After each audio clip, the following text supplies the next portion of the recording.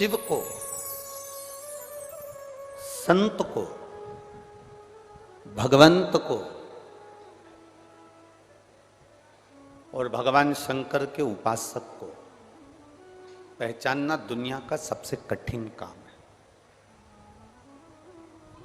शिव को पहचानना कठिन है, संत को पहचानना कठिन है, भगवंत को पहचानना कठिन है और शंकर के भक्त को पहचानना कठिन। दुनिया का सबसे कठिन काम है इनको जानना।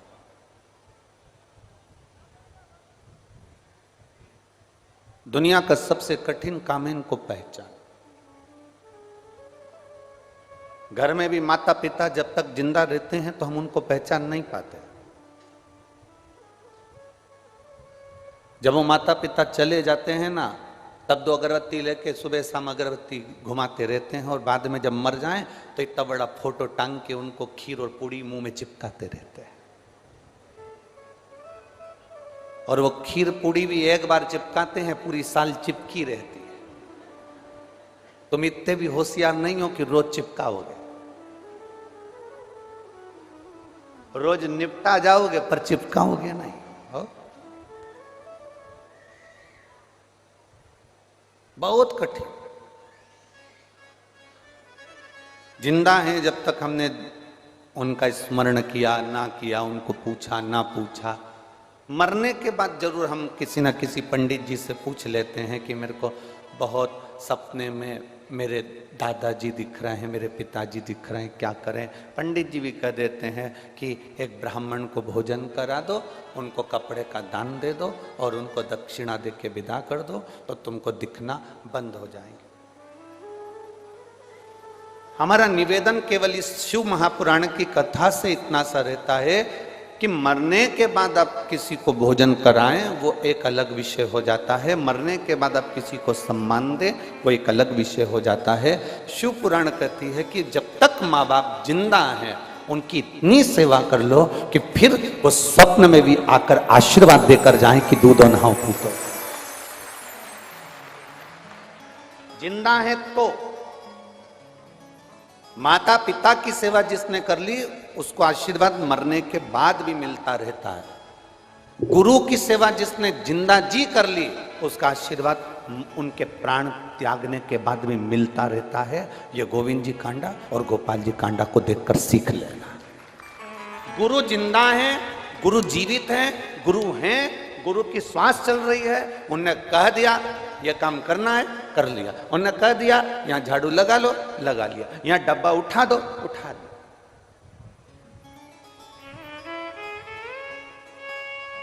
गुरु की सेवा कोई साधारण है क्या?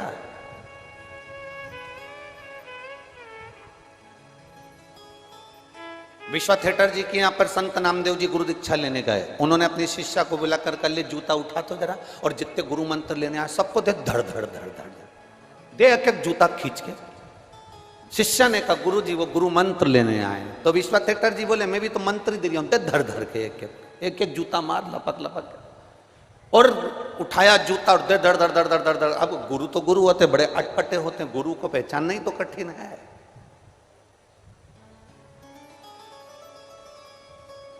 जिसने जिंदगी में गुरु को पहचान लिया उसकी जिंदगी तो वैसे ही सार्थक हो गई।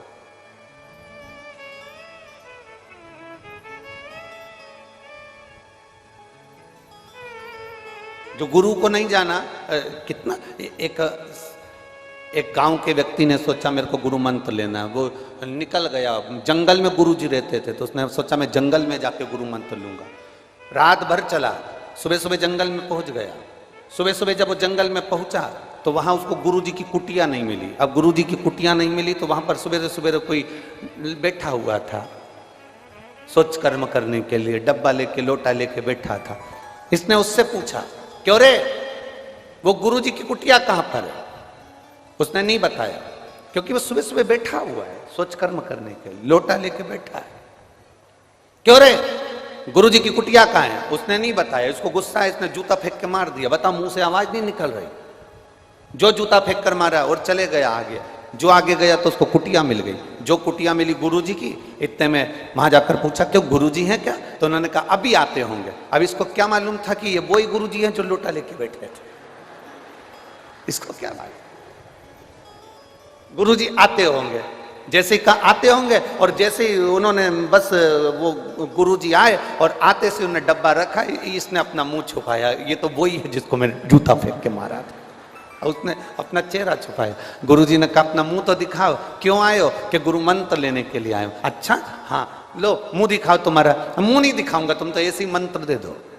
नहीं नहीं मुंह तो दिखाना पड़ेगा। नहीं हम नहीं दिखाएंगे, हमको तो मंत्र दे दो। गुरुजी ने अपने चेलों से कहा जरा इसका कपड़ा हटाओ। जो कपड़ा हटाया तो इसने उसी को देखा, ये तो वही है जिनको मैंने जूता फेंक कर मारा था। इतने में चरणों में पड़ गया, गुरुदेव गुरुदेव मैं क्षमा चाहता हूं, मैंने आपको जूता फेंक कर मार दिया। गुरुजी बोले कोई घबराने की बात नहीं है। हमारी माँ कहती थी मटका खरीदने जाओ तो उसको बजा के देखो। तुम गुरु करने आए हो तो गुरु को बजा के देख लिया, उसमें क्या है इंसान, उसमें कोई विषय वाला ये सोचनी नहीं है। महाराज पानी पियो छान और गुरु करो, विचार करो बहुत सोचो विचारो, सहज नहीं गुरु की कृपा सहज नहीं। जब गुरु ये काम कर लो,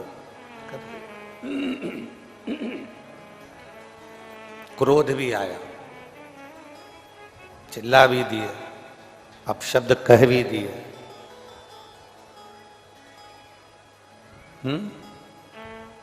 अपशब्द कह भी दिए, ताने दे भी दिए, आड़ा टेढ़ा बोल भी दिया। एक बात हमेशा याद रखना, शिव को क्रोध आता है तो वो सृष्टि का कल्याण कर देते हैं, जीवों का कल्याण कर देते हैं। लोग कहते हैं शंकर जी रुद्र हैं, क्रोधी हैं, क्रोध आता है उनको। एक बात अपने अंदर उतार कर रखना, शिव को क्रोध आता है तो वो जगत का कल्याण कर देते हैं, और गुरु को अगर क्रोध आता है तो वो शिष्य का कल्याण कर देते हैं, ये निश्चित है। पीछे की आवाज खोलो, सबसे पीछे की।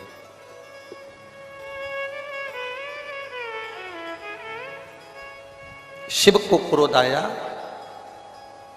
शंकर भगवान को अगर क्रोध आया तो उन्होंने जगत का कल्याण किया, जगत का।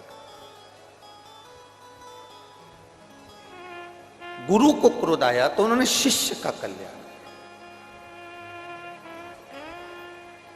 शिव वो गुरु हैं, शंकर वो गुरु हैं जिन्होंने पूरे विश्व के कल्याण करने का एक लक्ष्य रखा, एक लक्ष्य। और तेरी कृपा बिना ना हिले एक भी अणु, लेते हैं श्वास तेरी कृपा से तनु तनु। हे गंगाधार मुक्ति द्वार ओंकार तू, भोले ओंकार तू, आयो शरण तिहारी शंभो तार तार तू। शिव गुरु है।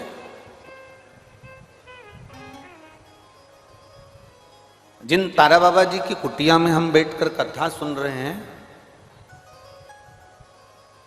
इनका जन्म भी शिवरात्रि का है, और इनकी जो ज्योति उस शिव में समाहित हुई, इनकी जो आत्मा परमात्मा में वापस जाकर मिली, वो तिथि भी शिवरात्रि है।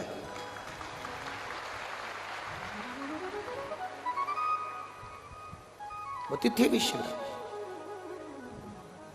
इसलिए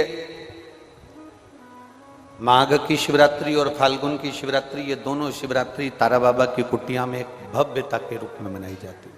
भव्यता।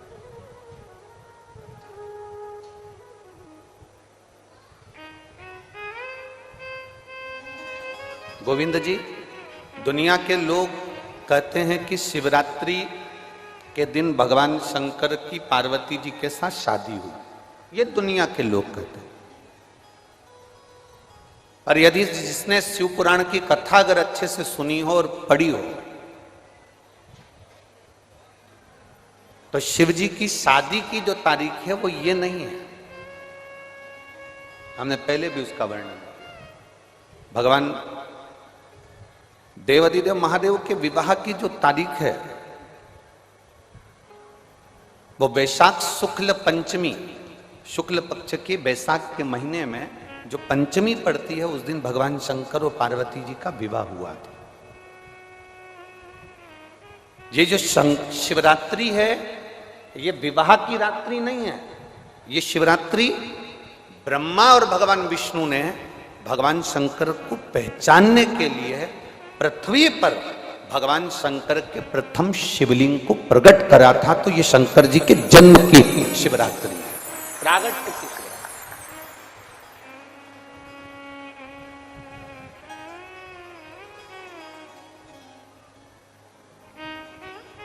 ये शिव जी के प्रागट्य की शिवरात्रि है। जैसे तारा बाबा जी का जो जन्म है वो शिवरात्रि का मान्य है। ये शिवरात्रि जो आएगी, माघ की शिवरात्रि, जो मूल शिवरात्रि होती है, जिस दिन शिवरात्रि के दिन भगवान ब्रह्मदेव और भगवान नारायण ने भगवान शंकर को एक पर्वत को घुमाकर उनके लिंग की आकृति, उनका स्वरूप प्रकट किया, उनका स्वरूप प्रकट किया, उनका जन्म। आपसे कोई पूछे कि शंकर जी का जन्म कब हुआ, तो आप बिल्कुल बेझिझक कह सकते हो शिवरात्रि के दिन, हैप्पी बर्थडे ने टू यू। उसमें तुम्हें सोचना नहीं है। भ्रम फैलाने वाले बहुत भ्रम फैलाते हैं। आपसे कोई पूछे तारा बाबा जी का जन्म कब हुआ, तो आप कर सकते हो शिवरात्रि के दिन हुआ। और आज इस व्यासपीठ से एक बात और कहना चाहेंगे, जिसको अपने जन्म की तारीख ना मालूम हो, जिसको अपने जन्मदिन ना मालूम हो, वो आप नियम बना लो कि आपका जन्मदिन भी शिवरात्रि के दिन ही हुआ है, पक्का। जब परब्रह्म परमेश्वर स्वयं देवाधिदेव महादेव शिवरात्रि के दिन प्रकट हो जाता है, उसका शिवलिंग, उसकी आकृति प्रकट हो जाती है। और ब्रह्मा जी ऊपर जाकर मालूम करते हैं, आकाश में बढ़ते जाते हैं, तो भी उनको शंकर भगवान के शिवलिंग का छोर नहीं मिलता। भगवान नारायण नीचे की ओर बढ़ते चले जाते हैं, पाताल की ओर, और उनके चरण नहीं मिलते, तब हार जाते हैं कि शंकर को पहचानना कठिन है। शिव को पहचानना, शिव को जानना कठिन है, बहुत कठिन। जैसे शंकर को पहचानना कठिन है, जैसे शिव को पहचानना कठिन है, उसी तरह कोई संत को, कोई गुरु को, कोई सतगुरु को पहचानना कठिन। अब तारा बाबा जी की कुटिया को आप देखेंगे तो अब तो बड़ी सुंदर है, बड़ी सुंदर। आपने बना भी दिया, रास्ता भी बना दिया, बगीचा भी बना दिया, सुंदर तारकेश्वर महादेव का मंदिर भी बना दिया, गुफा भी बन गई। पर सत्यता में बताओ कि जब तक तारा बाबा जी थे तब तक एक छोटी सी झोपड़ी में रहना, अपनी झोपड़ी से बाहर नहीं जाना, अपने भजन में डूबे रहना, अपनी भक्ति को करते रहना। एक धोपाड़ा जला के रख लिया, उस धोपाड़े में अग्नि में सेकते रहना और अपना काम करते रहना। कब निकलते, कब आते, कब जाते, प्रवेश कब करते, कब कहीं बाहर निकलते, किसी को भी नहीं मालूम पड़ता कि निकले कि ना निकले। सतगुरु ऐसा ही है। संत, असली संत की पहचान ये होती है, असली सदगुरु जो होता है, असली सदगुरु।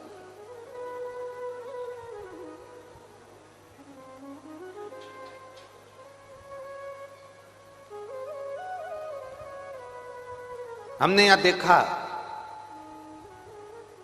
तारा बाबा जी की कुटिया के बाहर से दर्शन कराते हैं, उनके समाधि स्थल के कराते हैं, बाहर से दर्शन समाधि स्थल का जो दर्शन कराते हैं बाहर से कराते हैं। कल रात्रि को सावन पंडित जी कह रहे थे, गुरुजी अपन इतनी सारी जगह गए, कई समाधियों पे अपन ने दर्शन करे, वहां तो बिल्कुल अंदर तक सभी को दर्शन कराते हैं, यहाँ बाहर से दर्शन कराते हैं। हमने कहा इसी को समझ कहते हैं। शिव महापुराण में एक वर्णन आता है, पशुपति नाथ का व्रत करो, 16 सोमवार का व्रत करो, सोमवार का व्रत करो, शिवरात्रि का व्रत करो, चतुर्थी का व्रत करो, तीज का व्रत करो, एकादशी का व्रत करो, पूर्णिमा का व्रत करो, आपका मन पड़े वो व्रत करो।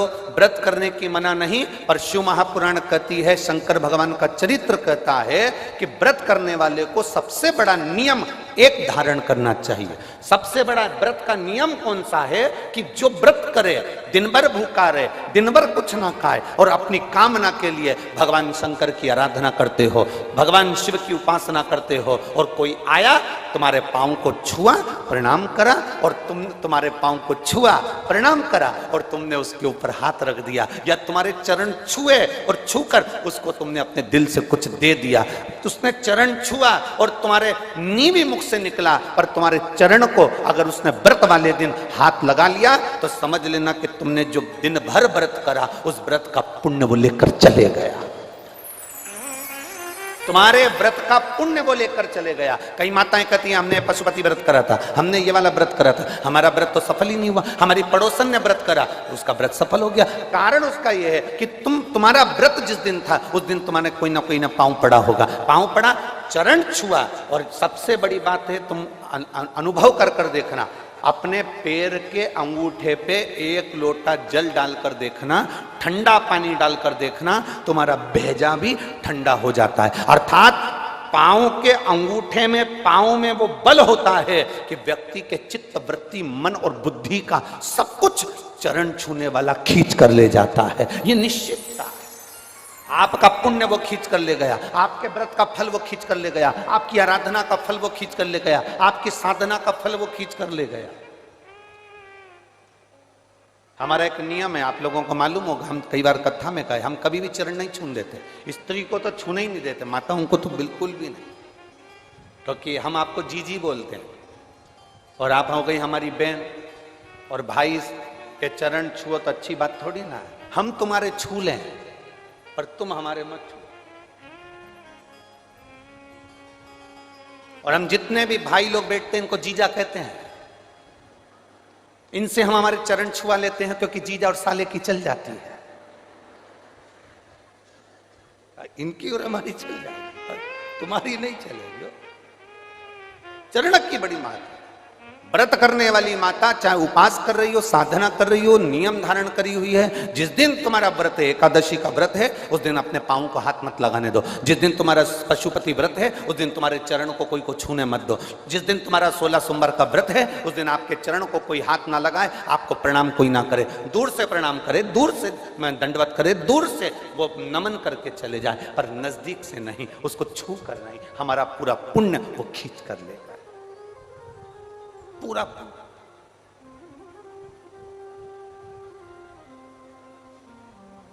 भगवान नारायण के चरण दिखते हैं, बोलो दिखते हैं कि नहीं दिखते? जम के बोलो जरा, दिखते हैं ना? भगवान ब्रह्मा जी के चरण दिखते हैं, माता लक्ष्मी के चरण दिखते हैं, भगवान ब्रह्माणी के चरण दिखते हैं, इंद्राणी के चरण दिखते हैं, गरुण देव, वरुण देव, सबके चरण दिखते हैं। केवल एक शिवलिंग, शंकर भगवान का केवल एक शिवलिंग ऐसा होता है जिसके चरण नजर नहीं आते कि इनके चरण कहां पर, चरण कहां है किसी को नहीं मालूम। वो तो अपनी तप साधना में लीन है। जो आता है जल चढ़ाता है, स्पर्श करता है, छूता है, चला जाता है, छुआ चले।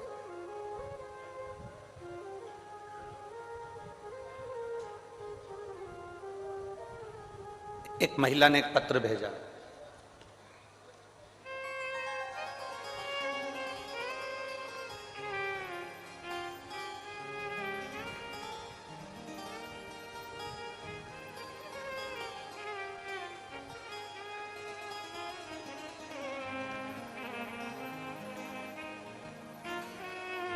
मैं सिकर राजस्थान कावंट कस्बे की रहने वाली हूं।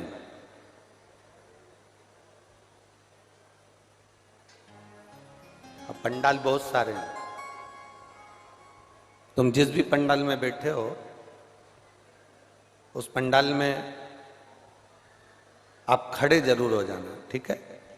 मैं सिकर राजस्थान कावंट कस्बे की रहने वाली हूं। मेरी भाभी के उदर में पेट में 7 महीने का गर्भ था, बहुत समय के बाद गर्भ ठहरा था।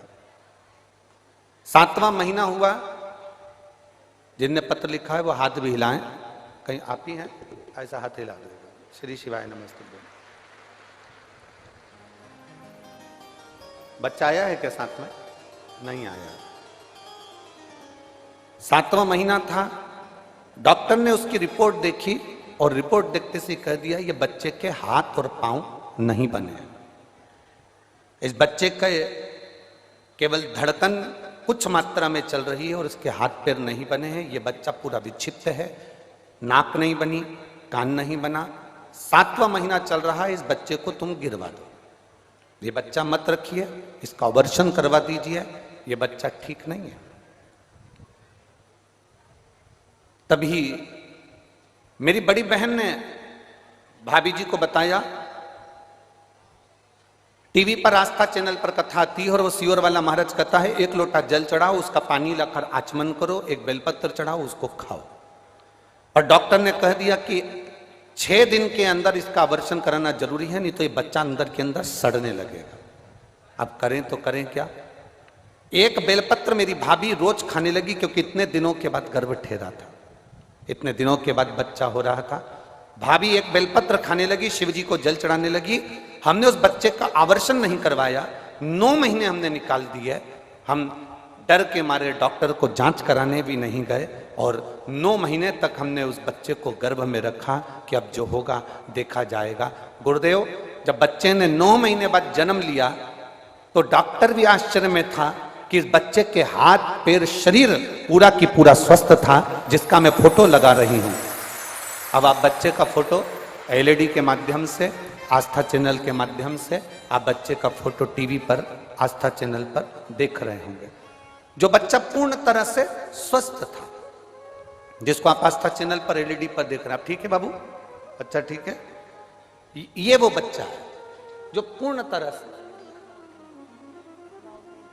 अच्छा, तो एलईडी पर जो यहाँ के कैमरामैन एलईडी चला रहे हैं, यहाँ के कैमरामैन कौन है? हाथ हिलाओ।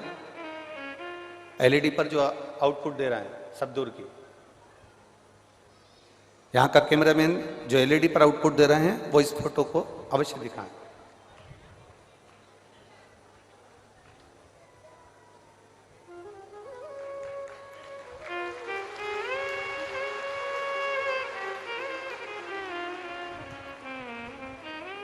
दिखाए एलईडी पर, दिखा कि नहीं दिखा? दिखा है।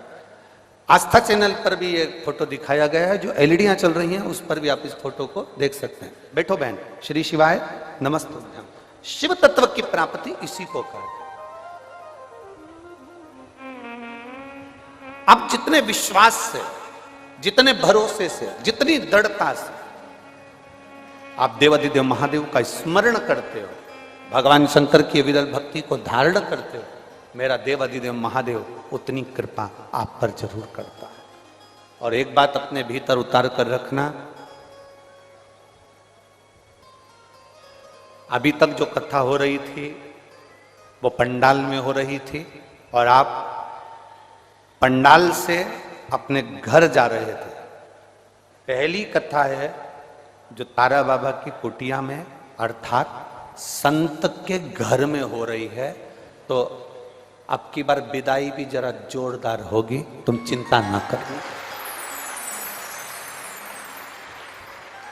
2 का घर है, एक तारकेश्वर महादेव जी बैठे हैं, शिव पुराण की कथा हो रही है। और कथा किनके घर में हो रही है? तारा बाबा की, जम के तो बोलो, तारा बाबा की कुटिया में। अब अभी तक एक ही गिफ्ट मिलता था, अब की बार तो दोनों हाथ में लड्डू हैं।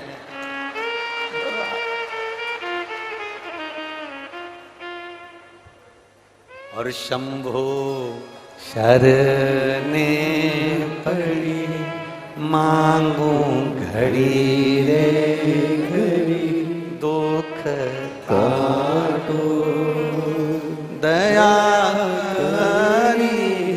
दर्शन आँखों।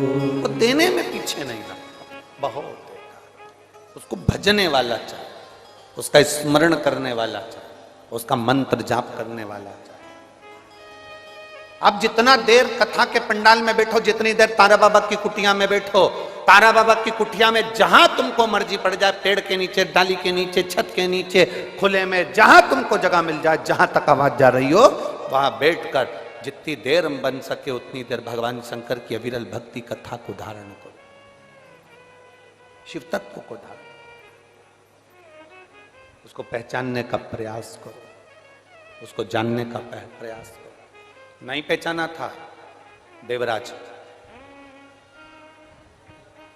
नहीं पहचान पाया था।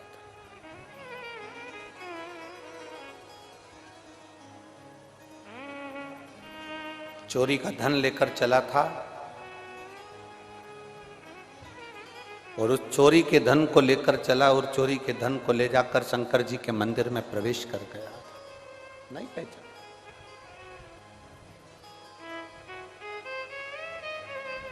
उसको तो लगा जैसे सभी मंदिर हैं वैसे वो शिव का मंदिर है,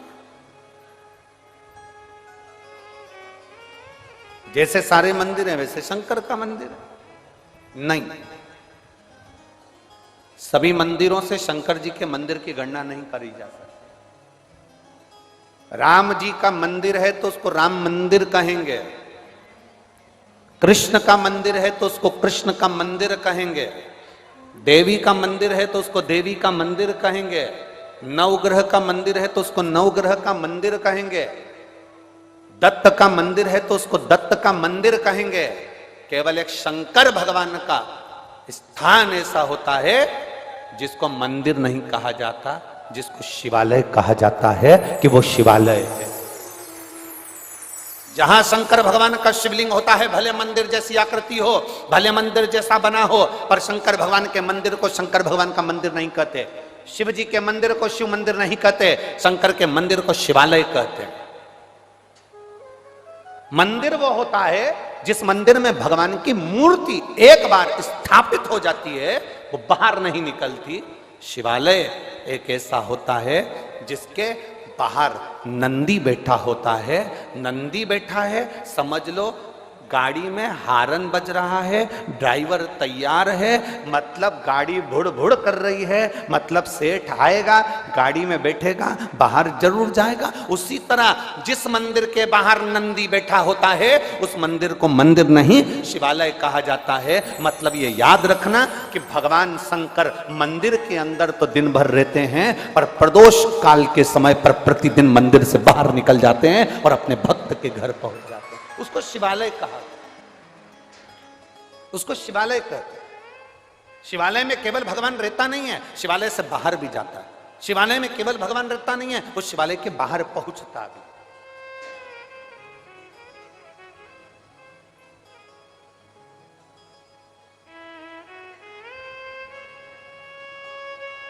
कल रात्रि का, कल जब हम दिल्ली से यहाँ आ रहे थे गोपाल जी चार्टर्ड द्वारा, तो आप जो चार्टर्ड प्लेन भेजे थे उसका जो एक साथ में कोई भैया थे वो साथ में आए थे यहाँ तक छोड़ने के लिए, तो वो हमसे प्रश्न करे। अब हम उनका स्मरण नाम तो नहीं जानते, परंतु वो हमारे साथ बैठ कर आए थे, आपके स्मरण में होगा वो। तो उन्होंने एक प्रश्न किया कि आप शिव कथा करते हैं, तारा बाबा जी की कुटिया में आप कथा करने के लिए हरियाणा जा रहे हैं, सिरसा।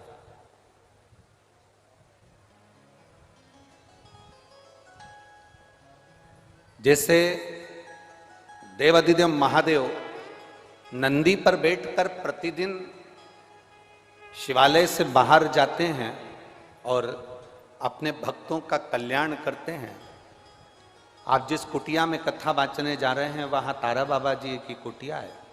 क्या संत, क्या साधु, क्या गुरु, क्या बाबा जी भी अपने भक्तों के दुख काटने के लिए अपनी कुटिया से बाहर आते हैं? हमने उस बालक को एक ही बात कही,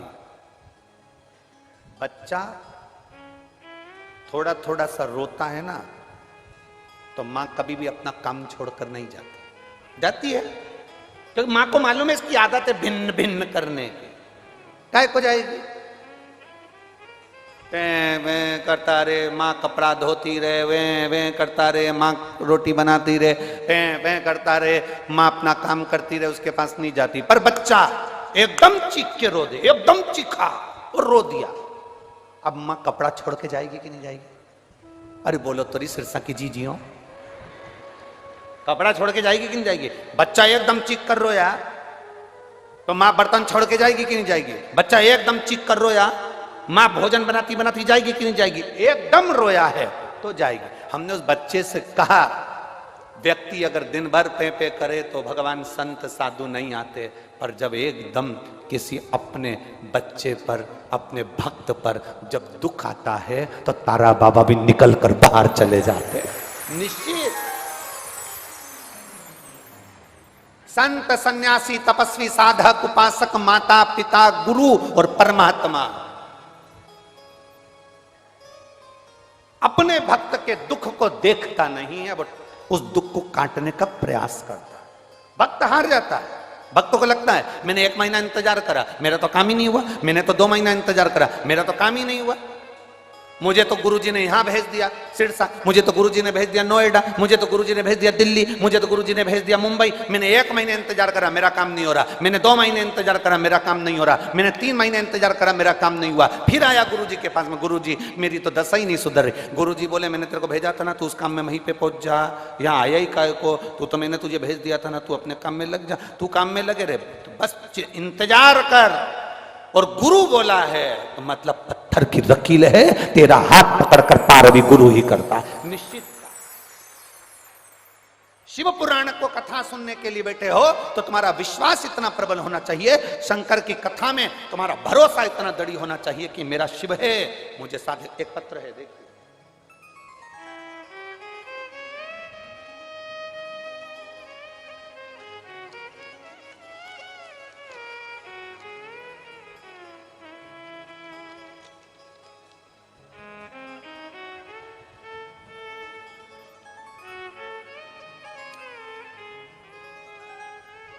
जगदीप सैनी पुत्र श्री संजय कुमार सैनी, मैं राजा पृथदक की नगरी पिहोवा जिला कुरुक्षेत्र हरियाणा से आया हूँ। कहीं बैठे हों तो हाथ हिला सकते हैं, आप ही हैं ऐसा हाथ हिला दो एक बार। सभी लोग वहीं से आए हैं। श्री शिवाय नमस्तुभ्यं। मेरा नाम जगदीप सैनी। जगदीप जी कौन है वो हिलावा? हाँ ठीक है, दिख गए। जगदीप सैनी पुत्र श्री संजय कुमार सैनी, मैं राजा पृथदक की नगरी जिहोवा जिला कुरुक्षेत्र हरियाणा से आया हूँ। मेरा फ़ोन नंबर ये है। मैं 1 लोटे जल का और भगवान शंकर पर करे गए भरोसे का मैं वर्णन करना चाहता हूँ। गुरुदेव 4 बार सरकारी नौकरी के पेपर दिए, परंतु मेरा कोई पेपर में सिलेक्शन नहीं हुआ। मेरे पिताजी ने मेरा स्वरूप देखकर जान गए कि अब मैं एग्ज़ाम नहीं दूंगा, क्योंकि मेरा मन नहीं था कि अब मैं परीक्षा दूं, क्योंकि बहुत हार चुका था। नौकरी जब लगी नहीं रही तो अब क्या सोचना। मेरे पिताजी ने शिव की भक्ति करी और भगवान शंकर की अविरल भक्ति को धारण करते हुए पिताजी ने कहा कि तू शिव पुराण की कथा सुन, 1 लोटा जल देवादिदेव महादेव को चढ़ाना प्रारंभ कर। मैंने अपने पिताजी से कहा तुम भी कहाँ सियोर वाला महाराज का चक्कर में पड़ गए, वो तो बेटा बेटा सबको बेवकूफ बनाता रहता है, काहे चक्कर में पड़ गए? क्या ऐसा होता है कि शंकर को जल चढ़ाओ और नौकरी लग जाए? सुन, सियोर वाला महाराज कहता है नौकरी ऐसे नहीं, तुम्हें मेहनत भी करना पड़ेगी। वो खुद कहते हैं अपना कर्म करो, मेहनत करो और फिर एग्जाम दो। एक बेलपत्री में शहद लगाकर शिव को चढ़ाकर फिर कंपटीशन एग्जाम में बैठ। तब मैंने 2020 में फिर वापिस बाबा की कृपा से वही प्रयास किया और बाबा की कृपा से पहली बार फिर मैंने एक बार सोचा कि अब आखिरी बार मेहनत करता हूँ, और मेहनत करी और बाबा ने ऐसी कृपा करी, आज मुझे बिजली विभाग में चयनित किया और अच्छे ऊंचे पद पर मेरा सिलेक्शन गवर्नमेंट जॉब में करा दिया। मैं बाबा को धन्यवाद देने के लिए एक बार हाथ हिला दो। श्री शिवाय नमस्तुभ्यं। बधाई बाबू आपको बहुत बहुत, बैठिए। श्री शिवाय नमस्तुभ्यं। शिव तत्व की प्राप्ति। एक विश्वास, एक भरोसा, एक दृढ़ता आपके भीतर होना चाहिए। जिस गुरु के दरवाजे पर हम जाएं उसके प्रति तुम्हारा भरोसा हो, जिस शिव के चरणारविंद में हम जा रहे हैं उसमें आपका भरोसा हो। शिव महापुराण की कथा सुनने के लिए बैठे हो तो ये विश्वास मानकर बैठना कि 7 दिन की कथा सुनने के लिए बैठे हो, खाली नहीं जाओगे। ये झोली तुम्हारी ऐसी भर कर जाओगे कि जिंदगी में कभी तुम उलझने वाले नहीं, सुलझते चले जाओगे। ये सहज नहीं है शिवपुराण, सहजता नहीं। शिव को पहचानना कठिन, भगवान शंकर को जानना, शिव को जानना। और मैंने तेरे ही भरोसे, उसको पहचान लो, उसको जान लो, जान। सारी समस्या का हल, इतना धीमा बोलोगे, सारी समस्या का हल बोल बम का नारा है। शिव तत्व को जान, पहचान। जब हम पहचानेंगे शिव हमारे करीब, जब हम जानेंगे शिव हमारे नजदीक।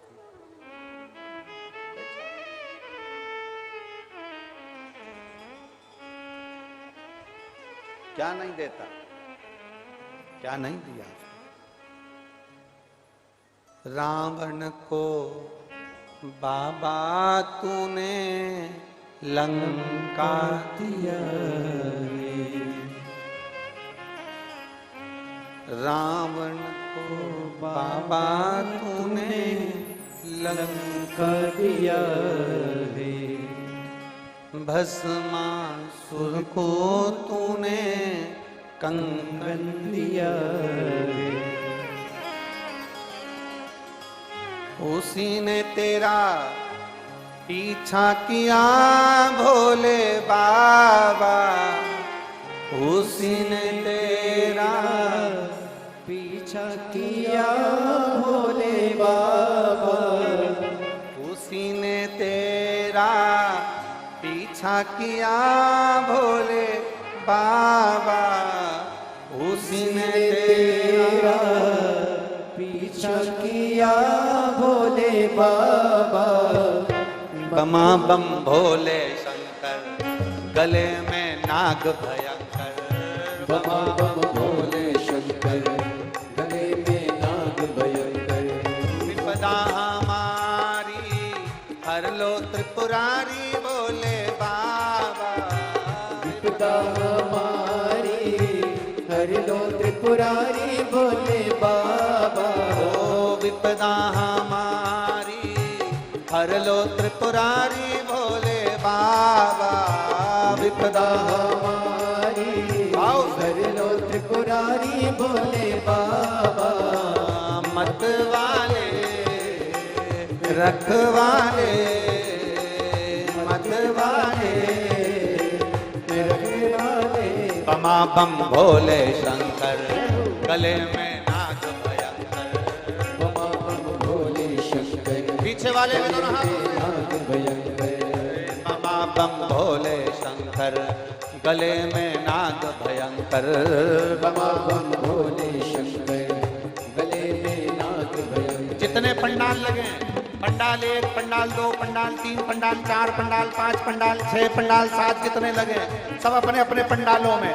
और मेरा कैमरा चलाने वाले, ड्रोन चलाने वालों से निवेदन है, बाहर के पंडालों को भी कवर करें और आस्था टीवी पर जरूर दें। बमा बम भोले गले में नाग भयंकर, बमा बम भोले शंकर, गले में नाग भयंकर।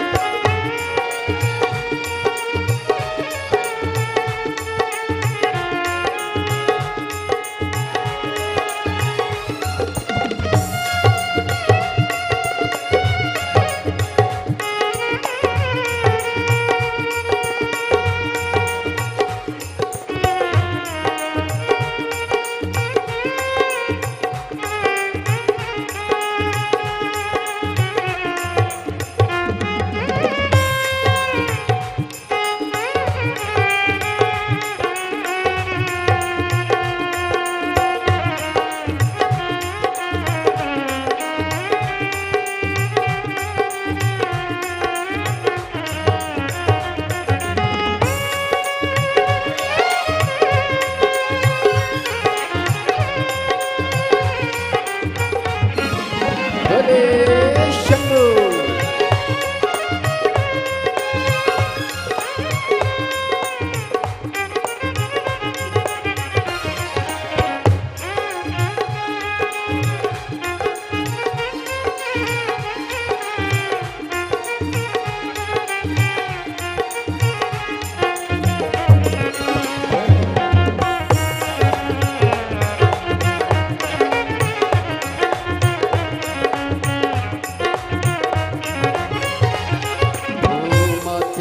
भोले तूने चंदा सजाया, माथे पे भोले तूने चंदा सजाया, ओ माथे पे भोले तूने चंदा सजाया, माथे पे भोले तूने चंदा सजाया, कानों में भोले तूने कुंडल सजाया, कानों में भोले तूने कुंडल सजाया, कष्ट मिटाए तुमने भक्तों के बाबा बाबा, कष्ट मिटाए भक्तों के तुमने भोले बाबा, रखवाले मत वाले बमा बम भोले शंकर, गले में नाग भयंकर, बमा बम भोले शंकर, गले में नाग भयंकर, बमा बम भोले शंकर, गले में नाग भयंकर, विपदा हमारी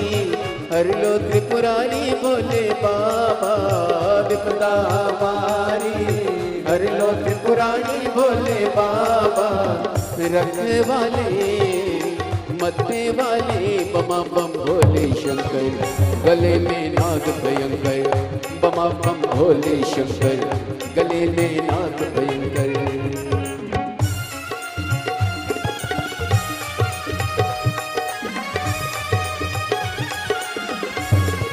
शंभू इप्पो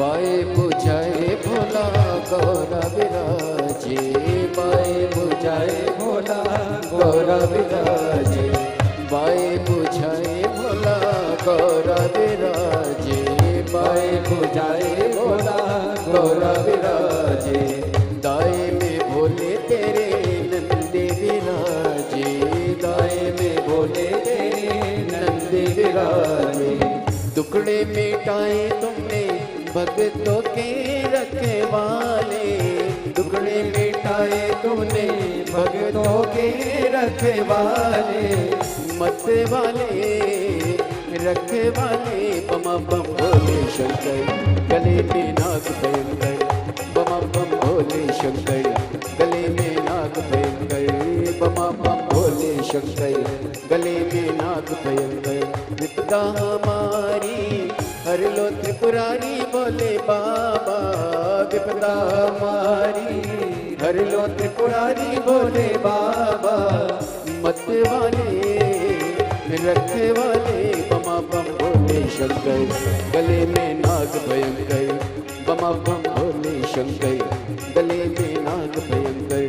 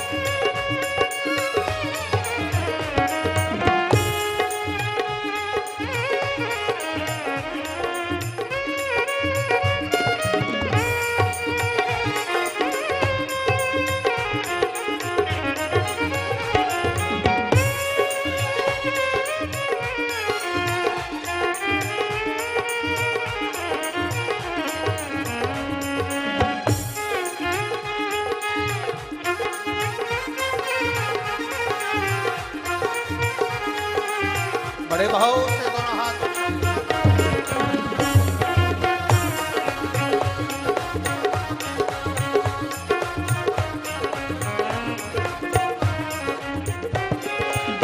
मस्तक पे बाबा तेरे चंदा विराजे, मस्तक पे बाबा तेरे चंदा सजाया मस्तक पे बाबा तेरे चंदा विराजे, मस्तक पे बाबा तेरे चंदा सजाया कानों में भोले तूने कुंडल सजाया कानों में भोले तूने कुंडल सजाया कष्ट मिटाए तुमने भक्तों के भोले बाबा कष्ट मिटाए तूने भक्तों के भोले बाबा मत वाले रखवाले मतवाले रखवाले बमा बम भोले शंकर गले में नाग भयंकर बमा बम भोले शंकर गले में नाग भयंकर बमा बम भोले शंकर गले में नाग भयंकर बमा बम भोले शंकर गले में नाग भयंकर बमा बम भोले शंकर गले में नाग भयंकर बमा बम भोले शंकर गले में नाग भयंकर बमा बम भोले शंकर गले में नाग भयंकर बमा बम भोले शंकर गले में नाग भयंकर महादेव है। अपने स्थान पर बैठकर भगवान देवादिदेव महादेव से अपने मन की बात बड़े भावों के साथ दिल से प्रार्थना करिए। भगवान शंकर से कहें, भाव से निवेदन करें, प्रार्थना करें। जहाँ जगह मिले वहाँ बैठकर,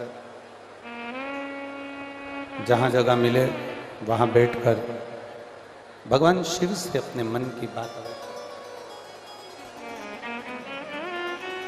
सभी पंडालों में जहाँ जहाँ भक्त बैठे हैं, जहाँ जहाँ पड़ा विराजमान है, सभी पंडालों में जहाँ, चाहे वो कार्यकर्ता हो चाहे श्रोता हो, बैठकर तारा बाबा की पवित्र कुटिया में भगवान देवाधिदेव महादेव तारकेश्वर बाबा से, कुबेरेश्वर बाबा से अपने मन की बात बड़े भावों के साथ दिल से प्रार्थना करें, दिल से कहें।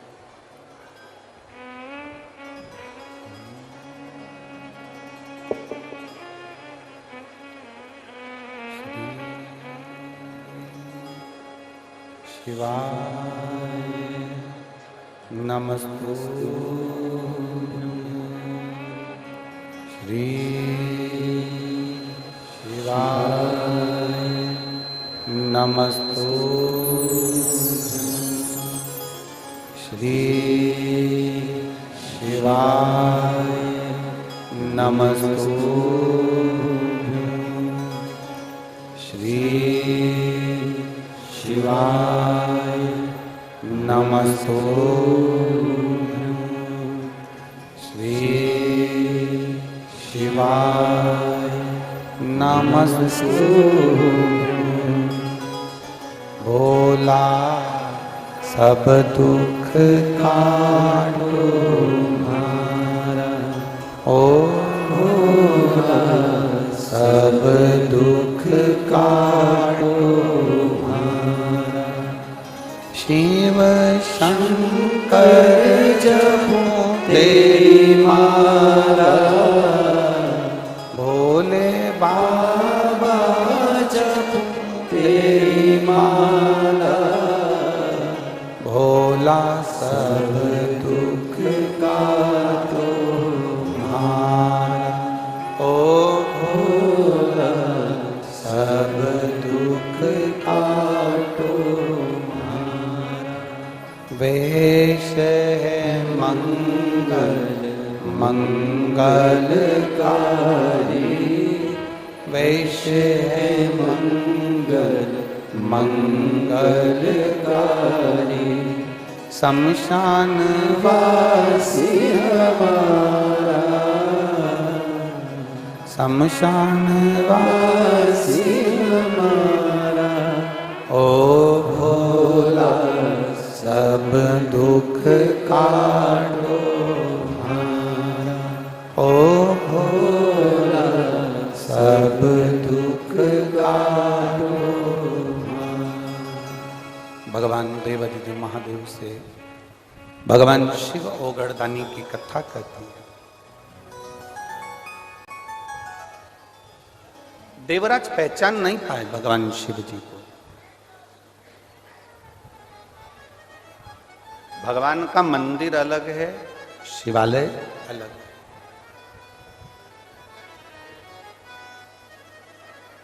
मंदिर में भगवान स्थापित रहते हैं। रिटर्न बढ़ाओ, रिटर्न। मंदिर में भगवान स्थापित रहते हैं, पर शिवालय में भगवान स्थापित नहीं है, चलित है। तारकेश्वर महादेव के दर्शन करें आप लोगों ने? हाथ उठाओ जरा, कौन कौन करा है? सबने करे हैं ना? यही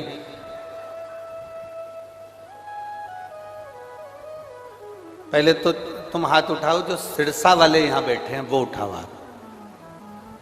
ठीक है, रख। अब जो सिरसा से बाहर से आए वो हाथ उठाओ। अरे तुम ही तो नहीं उठा दिए वापिस। हाँ ठीक है, रख लो।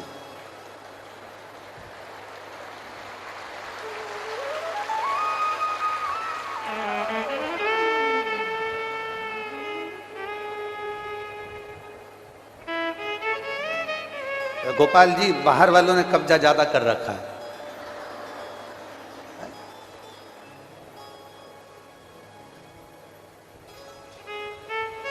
मेरे तारा बाबा जी के फैन ज्यादा हो तुम। आज दिख रहा है कि बाहर से भी शिव को पहचाना।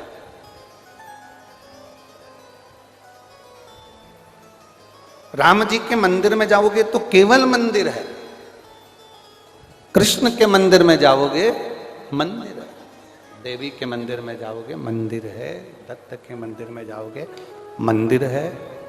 पर तारकेश्वर महादेव का दर्शन कर रहे हो, कुबेरेश्वर महादेव का दर्शन कर रहे हो, महाकालेश्वर का दर्शन कर रहे हो, ओमकारेश्वर का दर्शन कर रहे हो, केदारेश्वर का दर्शन कर रहे हो, भीमा शंकर का दर्शन कर रहे हो, ये मंदिर नहीं है, ये शिवालय है। शिवालय। किसी गुरुद्वारे में आप दर्शन करने के लिए जाएंगे, किसी गुरुद्वारे,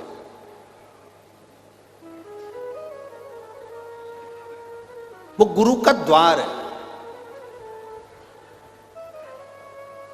क्योंकि गुरु का जो द्वार होता है ना वो परमात्मा के करीब पहुंचाने वाला होता है। हमने एक बार कथा में कहा था, आप लोगों के स्मरण में होगा, ओंडा नागनाथ जी की हमने कथा कही थी कि जिस समय पर नामदेव जी महाराज ओंडा नागनाथ में महाराष्ट्र की धरा पर मंदिर के अंदर बैठे थे और वहां के विद्वानों ने नामदेव जी को उठाकर पीछे फेंक दिया था, तब गुरु नानक देव जी वहां पर पहुंचे और गुरु नानक देव जी ने उस समय पर पहुंचकर नामदेव जी को देखा। नामदेव जी बहुत समय पंजाब में रहे, संत नामदेव जी महाराज, तो गुरु नानक देव जी से उनका मिलना हुआ और दो संतों का सानिध्य प्राप्त हुआ। जब गुरु नानक देव जी ने देखा कि नामदेव जी को मंदिर के बाहर पीछे की ओर पटक दिया गया, गुरु नानक देव जी की आंख में आंसू थे कि बताओ हमें मंदिर के पीछे पटक दिया, तो गुरु नानक देव जी ने कहा नामदेव जी से, क्यों घबराते हो नामदेव, क्यों चिंता करते हो नामदेव, तुम्हारे नयनों में अश्रु, साधु, सन्यासी, तपस्वी, साधक, उपासक की आंख में आंसू क्यों? नामदेव जी कहते हैं मुझे भगवान के मंदिर के पीछे पटक दिया गया, मुझे दर्शन के लिए वहां पर नहीं रखा गया, क्यों चिंता करते हो?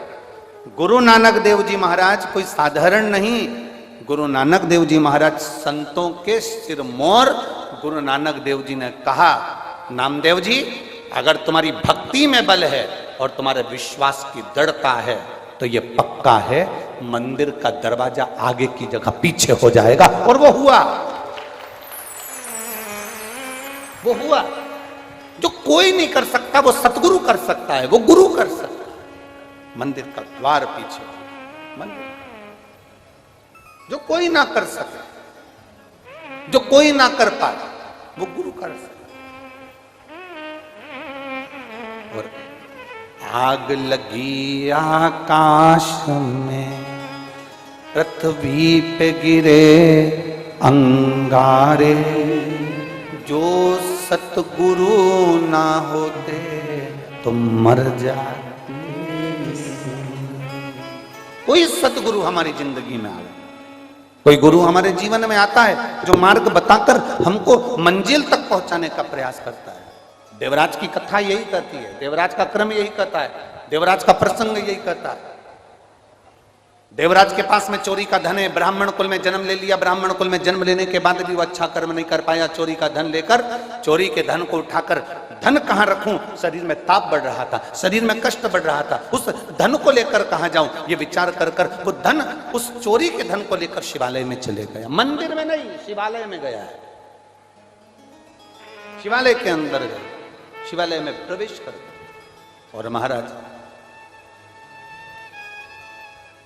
अगर नियत साफ है, शिव महापुराण की कथा कहती, अगर आपकी नियत साफ है तो मेरा भोलेनाथ तुम्हारे साथ है। अगर नियत साफ है तो भोलेनाथ तुम्हारे साथ है। भोलेनाथ तुमसे दूर नहीं, अगर तुम्हारी नियत साफ है, तुम परमार्थ का कार्य कर रहे हो, किसी को भोजन कराने का कार्य कर रहे हो, किसी को स्मरण कराने का कार्य कर रहे हो। एक बात बहुत अच्छे से याद रखना, कई लोग कहते हैं कोई ने कह दिया भंडारे में जाओ भोजन मत करो, कोई ने कह दिया भंडारे में जाओ तो भोजन मत खाओ। हमारी शिव महापुराण की कथा कहती है अगर तुम किसी गुरु के दरवाजे पर जा रहे हो, किसी गुरुद्वारे में जा रहे हो, किसी गुरु की चौखट पर जा रहे हो, किसी भंडारे में पहुंच रहे हो, तो तुम खाओ ना खाओ, पर इतना जरूर करो, गुरु नानक देव जी ने एक ज्ञान अपने संपूर्ण विश्ववासियों को, संपूर्ण देशवासियों को दिया है। गुरु नानक देव जी ने जो ज्ञान दिया, सदगुरु वही ज्ञान देते हैं। गुरु नानक देव जी ने क्या ज्ञान दिया कि गुरुद्वारे में जाओ, चाहे तुम भंडारे में जाओ, चाहे तुम लंगर चखने के लिए जाओ, तुम लंगर चखो ना चखो, भंडारा खाओ ना खाओ, भोजन करो ना करो, पर इतना याद रखना कि जो भंडारा हो रहा है, जो लंगर हो रहा है, उसमें सेवा करो। सेवा करने से क्या होगा? तुम्हें देने की आदत पड़ेगी। देने की आदत पड़ेगी तो परमात्मा भी तुम्हें दोनों हाथों से देना चालू करो। लंगर में होता क्या, गुरुद्वारे में होता क्या?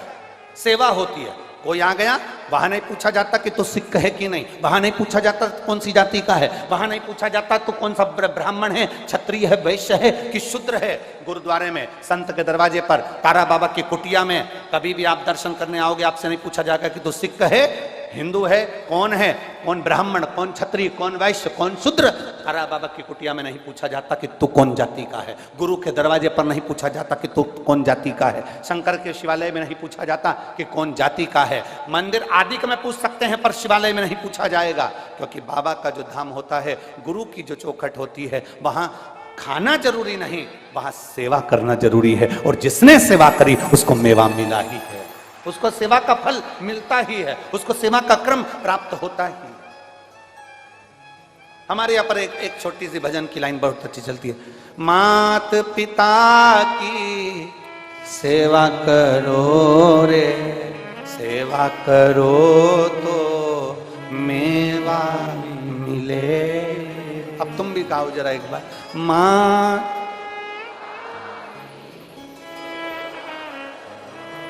आवाज तो निकालो। तो मेवा मिले। अब आपसे पूछे, एक बार फिर से गा कर देख लो, फिर से अच्छे से बोलो। मात पिता सेवा करो रे, सेवा करो तो मेवा मिले। कितने बैठे हैं कजन, कितने पंडाल में भरे बैठे हो, ने रोड पे बैठे हो। तुम क्या सब मेवा के चक्कर में सेवा करते हो? हरियो हरियाणा की जी जियो और मेरे जी जाओ, इस लाइन को चेंज कर दो। मात पिता की सेवा करो, सेवा करो तो चाबी मिले रे। अरे गया जमाना, लोग मेवा के चक्कर में करते थे। आज के जमाने में बसियत, चाबी गाड़ी की। एक बेटा, पिताजी बैठे अखबार पढ़ रहे थे, बेटा बाहर निकला, उसने बुलेट चालू करी, बुलेट, और बुलेट जो चालू करी, भोट भोट बुलेट। इतने में पिताजी ने आवाज लगाया, छोरा इधर आ। बेटा आया, बुलेट खड़ी करके, चाबी बंद करके, चाबी घुमाता घुमाता पापा के पास आया। हाँ पिताजी, जा अंदर से एक गिलास पानी ला दे। बेटा पिताजी को ये सब घूर के देखा, जैसे पिताजी ने गंगा जल लाने को कहा। जाए जल्दी से पानी ला अंदर से। अंदर गया, मम्मी मम्मी। मम्मी बोली क्या है? पापा में अक्ल नहीं है, जाओ पापा को एक गिलास पानी दे देना। मैं जा रहा था बुलेट लेके, और पापा ने मुझे आवाज लगा के बुला लिया। देख रहे हैं कि मैं जा रहा हूं तो भी बुला लिया, जा पापा को पानी दे देना। बेटा गया, भट भट भट भट पहुंच गए, बुलेट लेके गया। माँ आई, पानी दिया। पिताजी ने माँ से, उसकी पत्नी से पूछा, ये तुम्हारा राजकुमार, तुम्हारा लाडला कहाँ जा रहा है? कहा रेलवे स्टेशन पर प्याऊ लगाई है, पानी पिलाने जा रहा है।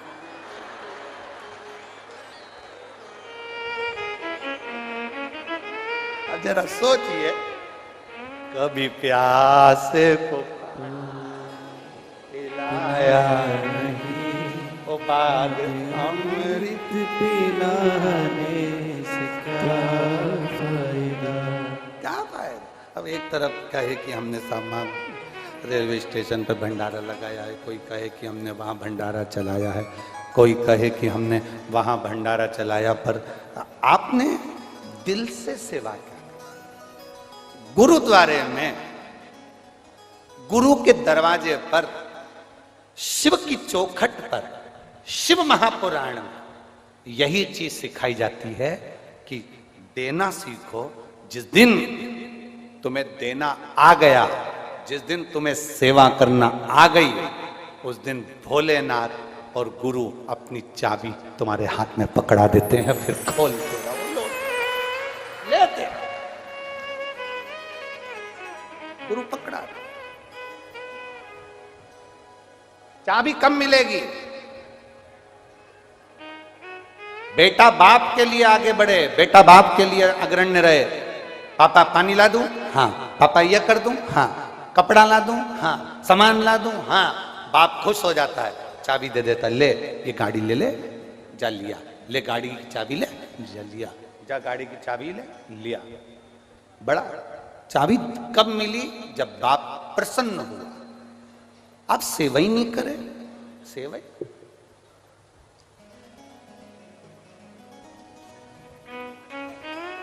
गोविंद जी बता रहे थे, श्री गोविंद कांडा जी बता रहे थे कि गुरुजी हमारे तारा बाबा की कुटिया में हम आते थे और बाबा जी बोल देते थे कि 8 बजे ये काम करना है, और 8:05 हो जाता था तो कह देते थे काय को आया। 8 बजने में 5 मिनट पहले भी पहुंच जाते थे तो क्यों आया? मतलब 8 बजे तो 8 बजे झाड़ू लगा रहे हो तो भी हवा चल रही है इधर, तो लगवाते थे विपरीत। विपरीत क्यों? कारण क्या होता है? मां को बच्चा बुरा लगता है क्या? जम के बोलो जरा। पिता को बेटा बुरा लगता है क्या? नहीं। गुरु को शिष्य बुरा लगता है क्या? नहीं। पर गुरु अपने शिष्य को, मां अपने बच्चे को, सास अपनी बहू को खूब गालियां देती है, खूब अपशब्द कहती है, खूब काम करवाती है। कारण गुरु को मालूम है कि दुनिया की इस भाग दौड़ में कोई तेरा हाथ पकड़कर खींचकर बाहर नहीं करेगा। तू जो यहां मेहनत कर रहा है उसका फल तुझे एक ना एक दिन जरूर मिलेगा, इसलिए गुरु मेहनत करवा। मां अपने बच्चे को डांटती है, मां अपने बच्चे को मारती है, मां अपने बच्चे को चिल्ला देती है, मां अपने बच्चे को शब्द कर देती है, मां अपने बच्चे को आड़ा टेढ़ा बोल देती है। मां को बच्चा बुरा नहीं है, पर मां चाहती है कि मेरा बेटा ठीक हो, उसका जीवन अच्छा, उसकी जिंदगी सार्थक, उसका जीवन आनंदित हो, उसका जीवन आनंदमय हो। माता की दृष्टि में पुत्र बेकार नहीं है, पिता की दृष्टि में बेटा बेकार नहीं है, परंतु वो उसको श्रेष्ठ बनाने का प्रयास कर, श्रेष्ठ बना।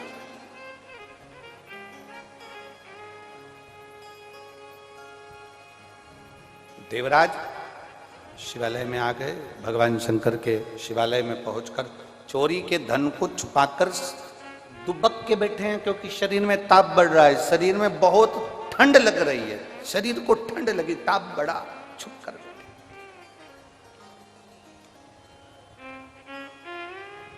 अब जब ताप बढ़ा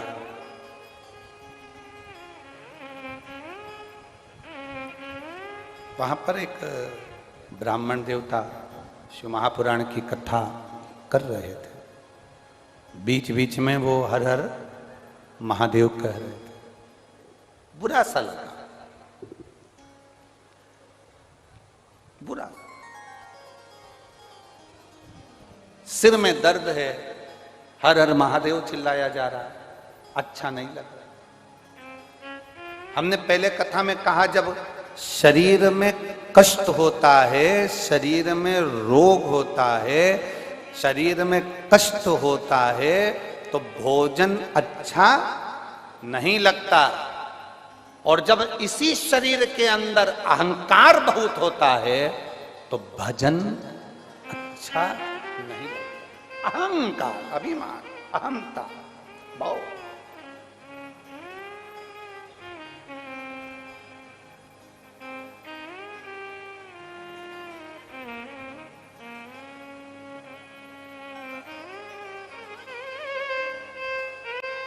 भीतर के अहम को जब हम निकाल देते हैं तब कुछ सुख का अनुभव होता है। भीतर का जब अभिमान निकल जाता है तब थोड़ा सुख का अनुभव होता है। जब हमारा विश्वास दृढ़ होता है तब सुख का अनुभव। एक पत्र है, देखिए।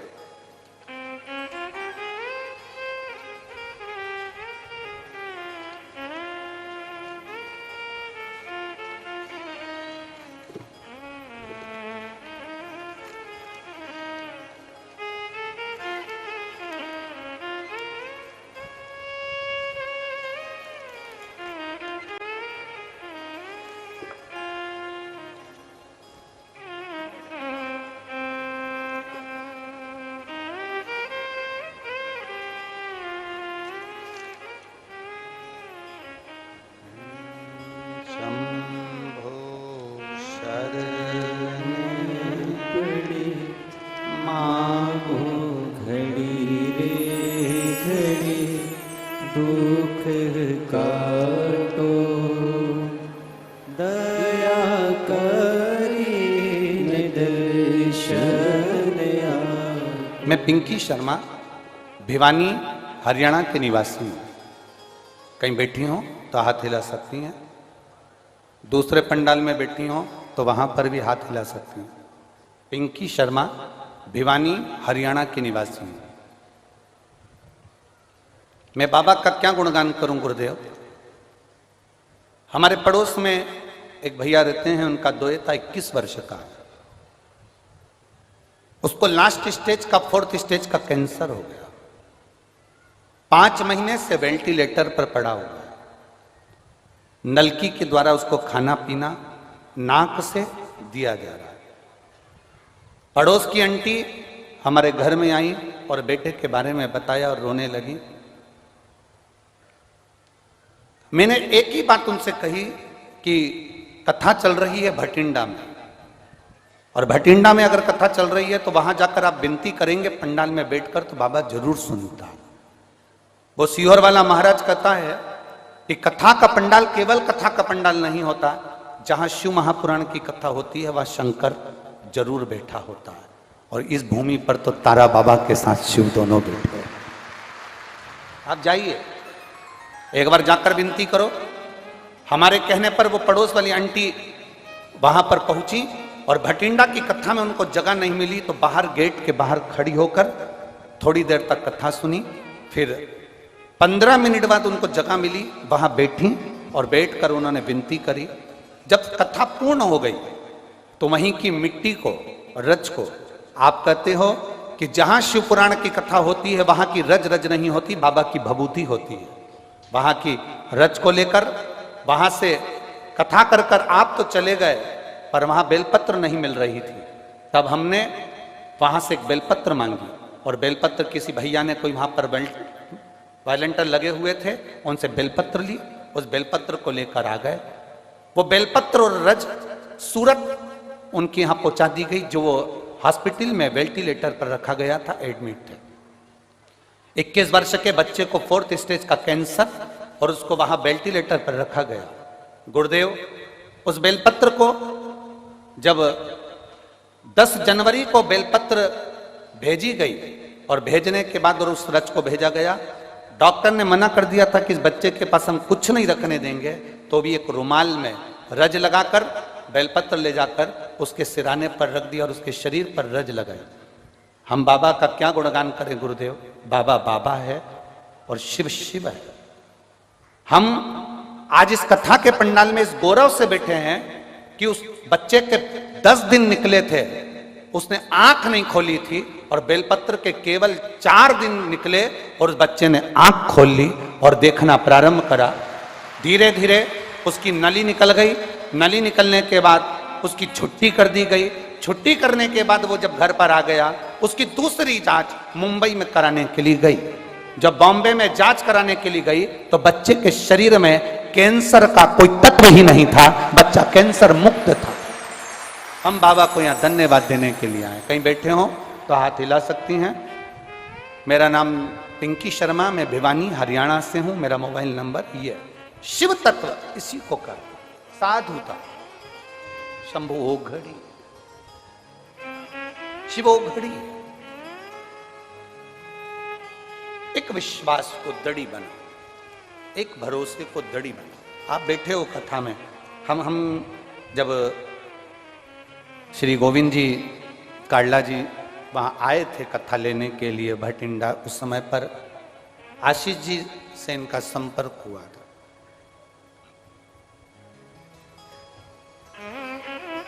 इनका एक शब्द बड़ा सुंदर था, जो शब्द हमें आशीष जी ने गोविंद जी बताया था कि कथा तारकेश्वर महादेव को सुनना है, तारा बाबा को कराना है, और हमारे सिरसा के लोग शिव पुराण को सुनने के लिए ललायित हैं, और हमारा विश्वास करता है ये कथा तारा बाबा खूब अच्छे से कराए। ये शब्द थे इनके। गोविंद जी कथा के लिए 2027 तक के समय नहीं है। ये जो समय था ये हमने सीहोर कुबरेश्वर धाम की कथा की तैयारी के लिए रखा था, जो रुद्राक्षोत्सव सीहोर में होता है उसके लिए। हम फिर कहेंगे ये कथा आप नहीं करा रहे। गोपाल जी कथा गोविंद जी और गोपाल जी कड़ा नहीं करा रहे, ये हमारी दिल से, रात्रि को हमारी आंख में आंसू थे इस सबको सोचते हुए कि ये कथा जब सीहोर में उत्सव चालू हो रहा है और उसके 10 दिन 15 दिन हमने अपने लिए रखे, ये कथा आखिर यहाँ क्यों हो रही है, सिरसा में कैसे हो रही है। तब अनुभव ये करा है रात्रि विश्राम का कि ये कथा तुम दोनों नहीं करा रहे, कड़ला परिवार नहीं करा रहे। ये कथा जो अंदर बैठे हैं ना तारा बाबा, ये वो अनुभव, ये दिली अनुभव, और ये अनुभव किया रात्रि को जब करते समय, तो सुना ये गोविंद शंकर को पकड़ लाया, अनुभव किया। ये बताने का नहीं होता, पर भीतर के जो भाव है वो कथा किसी के बस में। और सुनो सिरसा वालों, हरियाणा के सभी जीजी जीजा बेटी बेटा बहन भाई माता पिता बंधुओं को मैं नमन कर प्रिय लाडले ठाकुर कल्लू जी महाराज के चरणों में नमन करते हुए, परम श्रद्धे विश्वविख्यात पूज्य गुरुदेव के पावन चरणों में नमन करते हुए, और आप सभी शिव भक्तों के चरणों में नमन करते हुए आज कथा के प्रथम दिवस में हम सभी प्रवेश करेंगे। उससे पहले कुछ पावन पुनित दानदाताओं के नाम मैं जजमान परिवार से निवेदन करूंगा कि वो व्यासपीठ पर आए, व्यासपीठ का पूजन करें और पूज्य गुरुदेव से आशीर्वाद लें। श्री गोपाल जी कांडा, श्री गोविंद जी कांडा से निवेदन है, और श्री तारा बाबा सेवा समिति से निवेदन है कि व्यासपीठ का पूजन करें, पूज्य गुरुदेव से आशीर्वाद लें। और आगे के क्रम में जिन भक्तों ने भी बाबा कुबरेश्वर धाम हेतु अपनी सुंदर सहयोग राशि प्रदान की है, ऐसे ही कुछ पावन पुनीत दानदाताओं के नाम, शांति कुमारी जी बिहार से 11,000 रुपए की सुंदर सहयोग राशि प्राप्त हुई, कुसुम लता जी कुशीनगर से 1100 रुपए की सुंदर सहयोग राशि प्राप्त हुई, प्रतिभा सिंह जी लखनऊ से 30,000 रुपए की सुंदर सहयोग राशि प्राप्त हुई, मुन्ना सिंह बेंगलोर से 501 रुपए की सुंदर सहयोग राशि प्राप्त हुई, हरिनारायण जी वर्मा इंदौर से 501 रुपए की सुंदर सहयोग राशि प्राप्त हुई, चेतन जी जम्मू से 801 रुपए की सुंदर सहयोग राशि प्राप्त हुई, आशीष कुमार जी जम्मू से 501 रुपए की सुंदर सहयोग राशि प्राप्त हुई, अनंत श्रीवास्तव जी रायबरेली से 501 रुपए की सुंदर सहयोग राशि प्राप्त हुई, कृष्णा कुमार जी उपाध्याय गोरखपुर से 2501 रुपए की सुंदर सहयोग राशि प्राप्त हुई। मैं आदरणीय गोपाल जी कांडा विधायक जी से निवेदन करूंगा कि वो व्यासपीठ पर आए और 2 मिनट का उद्बोधन हम सभी को प्रदान करें।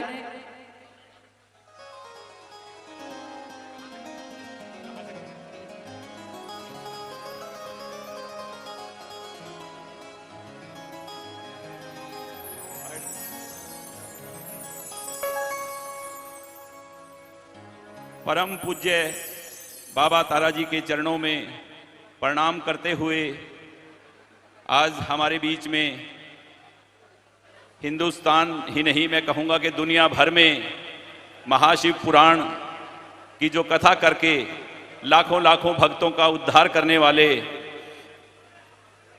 प्रदीप जी मिश्रा हमारे बीच में जो पहुँचे हैं, सिरसा के और सुनने वाले सभी मेरे भाई बहन बंधुओं की तरफ से आपके चरणों में पावन प्रणाम, नमस्तुभ्यम नमस्तुभ्यम नमस्तुभ्यम। और आपने सिरसा की जनता को इतनी जल्दी टाइम देके कृतार्थ किया है, मैं कहूँगा कि आप सिरसा आए, ये हमारा सौभाग्य है और आपके इतने नजदीक पहुंचना सिरसा की जनता का परम सौभाग्य है और अहोभाग्य है। मैं कहूंगा कि हम सब इतने खुश हैं आपको अपने बीच में पाकर कि भगवान शिव की तारकेश्वर धाम बाबा तारा की तपस्थली और आपका यहाँ आना और बहुत कथाएं हुई हैं, भागवत कथाएं, बहुत चोटी चोटी के संत महात्मा आए हैं, पर महाशिव पुराण की कथा आपके मुखारविंद से इस तारकेश्वर धाम में, महाशिव का धाम, बाबा का धाम और उसमें उन्हीं की कथा, ये सुनने के लिए बाबा जी ने आपको हमारे समक्ष सिरसा के लोगों के बीच में बुलाया। हम सब बहुत बहुत आभारी हैं और मैं तो ये कहूँगा कि किसी पहुँचे हुए, किसी पाए हुए संत के समीप जाने जैसा इस संसार में कोई दूसरा सुख नहीं है। और आज सिरसा के लोग इतने खुश हैं कि आपको अपने आप के बीच में पाकर सिरसा की जनता बहुत बहुत अहोभाग्य समझती है, बहुत बहुत धन्यवाद करती है भगवान शिव का और आपका कि आपके चरण हमारे सिरसा में और इस पावन स्थली में आए और आपके मुखारबिंद से महाशिव पुराण की कथा की जो वर्षा होगी, इससे लाखों लाखों मेरे भाइयों बहनों का कल्याण होगा। और मैं तो यही कहूँगा कि जो कुछ जिसको मिला है अपने मुकद्दर से मिला है, जिसको जो मिला है अपने मुकद्दर से मिला है। मुझे तो मेरा मुकद्दर भी मेरे बाबा की कुटिया से मिला है, मुझे तो मेरा मुकद्दर भी मेरे बाबा की कुटिया से मिला है। और आप सबके चरणों में कांडा परिवार की तरफ से आपके सब चरणों में चरण वंदन और सभी सिरसा की, जहां तक मेरी आवाज जा रही है, जो सुन रहे हैं भाई बहन, उन सबको गोपाल गोविंद का और सारे परिवार का आप सबको बहुत बहुत प्रणाम। ओम नमः शिवाय, नमः शिवाय, नमः शिवाय। जय जय श्री राधे। हम सभी ने सुंदरी उद्बोधन श्रवण किया और इसी क्रम में गोपाल जी कांडा ने हम सभी को बड़ा ही सुंदर उद्बोधन किया, इसलिए जोरदार तालियों से उनका स्वागत करें। और कथा के क्रम में हम सभी वापस जाते हैं और ऐसे ही पावन पुनीत दानदाताओं के नाम श्री गुप्त दान में 501 रुपए की सुंदर सोएगा सी प्राप्त हुई। आलोक कुमार सिंह जी मेरठ से 501 रुपए की सुंदर सोएगा सी प्राप्त हुई। आलोक कुमार सिंह जी की ओर से 501 रुपए की सुंदर सोएगा सी प्राप्त हुई। राज सिंगल जी की ओर से 501 रुपए की सुंदर सोएगा सी प्राप्त हुई। अनुराधा जी भाटी की ओर से 501 रुपए की सुंदर सोएगा सी प्राप्त हुई। अमित अशोक जी गुप्ता की ओर से 501 रुपए की सुंदर सोएगा सी प्राप्त हुई। अभिषेक जी राठौर मंदसौर से 501 रुपए की सुंदर सोएगा सी प्राप्त हुई। राकेश जी गुप्ता रायबरेली से 501 रुपए की सुंदर सोएगा सी प्राप्त हुई। हिमाचल जी गुप्ता कानपुर से 1100 रुपए की सुंदर सोएगा सी प्राप्त हुई। पुष्पा देवी मुंबई से 501 रुपए की सुंदर सोएगा सी प्राप्त हुई। उषा राकेश जी गुप्ता की ओर से 1100 रुपए की सुंदर सोएगा सी प्राप्त हुई। रंजनी जी सेन देवास से 1100 रुपए की सुंदर सोएगा सी प्राप्त हुई। नरेंद्र सिंह जी कोरबा से 501 रुपए की सुंदर सोएगा सी प्राप्त हुई। स्नेहा जी यादव की ओर से 1001 रुपए की सुंदर सोएगा सी प्राप्त हुई। शीला जी कुशवाहा रायसेन से 501 रुपए की सुंदर सोएगा सी प्राप्त हुई। शांति जी गुप्ता की ओर से 501 रुपए की सुंदर सोएगा सी प्राप्त हुई। गुप्त दान में देवरिया से 5100 रुपए की सुंदर सोएगा सी प्राप्त हुई। यशोदा जी की ओर से भोपाल से 600 रुपए की सुंदर सोएगा सी प्राप्त हुई। ममता जगदीश प्रसाद जी की ओर से 5100 रुपए की सुंदर सोएगा सी प्राप्त हुई। लीला राम जी वशिष्ठ दिल्ली से 1100 रुपए की सुंदर सोएगा सी प्राप्त हुई। दिनेश कुमार जी